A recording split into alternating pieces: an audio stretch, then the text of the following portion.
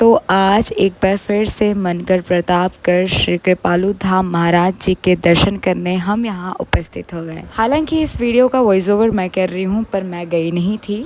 तो पिछले वीडियो में हमने आपको दर्शन कराए थे लगभग दोपहर का, पर आज हम आपको शाम के वातावरण से रूबरू कराने वाले हैं। लगभग 3, 4, 5, 6 का नज़ारा आपको हम यहाँ पे दिखाने वाले हैं। पर उससे पहले मैं आपको बता दूँ, hey guys, this side Mom's Kitchen, हम आपका स्वागत करते हैं पूरे दिल से। और खाने के बीच बीच में ही हम आपको यात्रा करने के दौरान के तस्वीरें भी दिखाते रहते हैं। तो चलिए आज वही प्रेम और भक्ति भाव से जुड़ी इन तस्वीरों को आपके सामने प्रस्तुत करते हैं।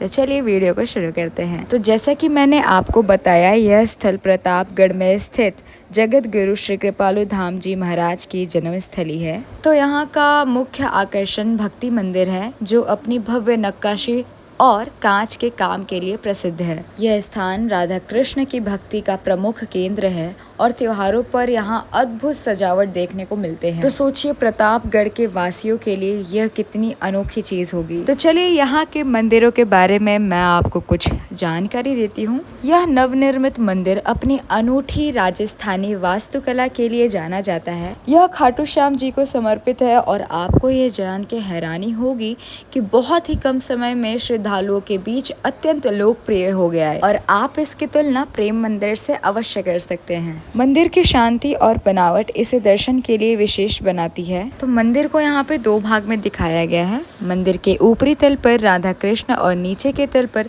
सीता राम के विग्रह स्थापित हैं। यहाँ महाराज जी के द्वारा प्रचारित रागानुगा भक्ति का अनुभव होता है। और साथ ही में यह भवन भी निर्माणित किया गया है कि दूर से थके यात्री यहाँ पे आके आराम से भोजन कर सकते हैं और यहाँ के पर्यावरण साथ साथ वातावरण का भी मजा ले सकते हैं। नीले पत्थरों और संगमरमर से जड़ा हुआ यह मंदिर काफी ज्यादा रोमांचित लगता है और यहाँ के लोगों को इतना आकर्षित कर लेता है, इतना मोह लेता है कि यहाँ पे हमारे जैसे यात्री पहले भी यहाँ की सुंदरता देख के गए हैं, लेकिन मन कहाँ भरता है। अब मैं आपको बताती हूँ यहाँ के लोकप्रियता का कारण क्या है। तो अभी मैं बात कर रही हूँ गुरु पूर्णिमा और जन्माष्टमी का।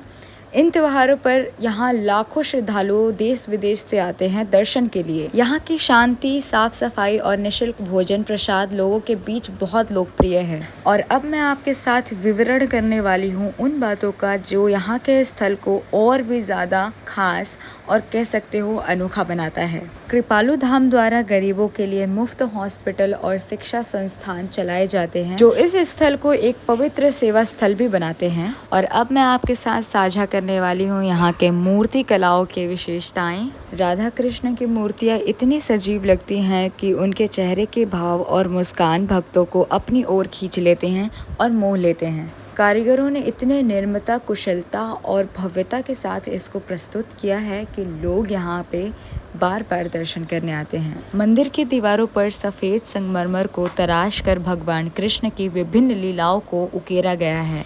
इसमें फूलों, लताओं और आभूषणों की बनावट बहुत सूक्ष्म है।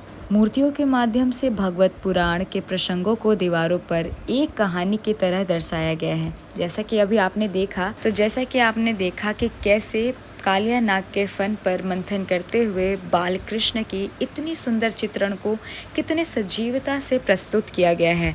मतलब एकदम ऐसा लग रहा है कि आप एक जीवित प्राणी के दर्शन कर रहे हैं।